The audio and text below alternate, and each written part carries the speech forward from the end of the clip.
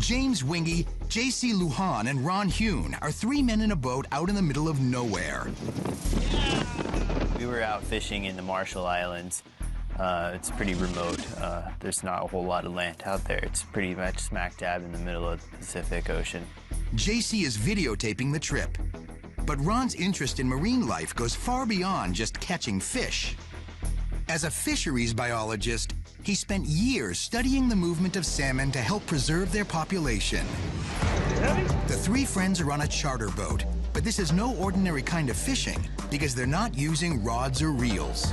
We were using a hand lining technique, and what we do is we just trail a piece of parachute cord behind the boat and attach to that as a lure.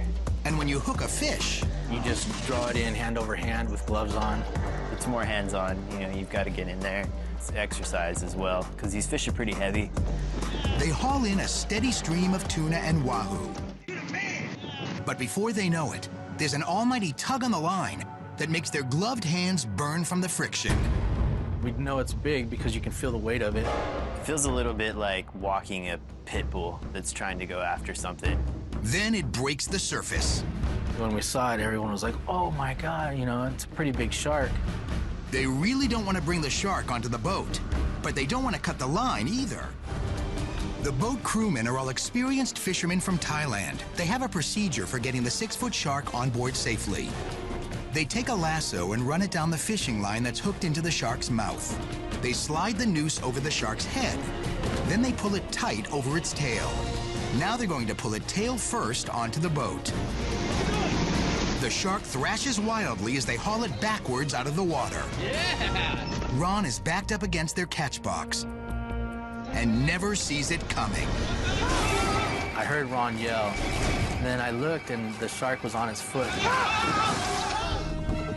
But then Ron does the only thing he can think of. He yelled and jumped around and shook his foot. And in a stroke of good luck, Ron's foot comes free from the shark's jaws. Just as the shark was going to clamp down on his foot again, he was able to get his foot out of its mouth. It surprised me. Okay? Yeah. Get out of it! I was trying to imagine the kind of damage that he had to his foot. As it turns out, Ron not only survives, he escapes serious injury. The shoe really saved my foot.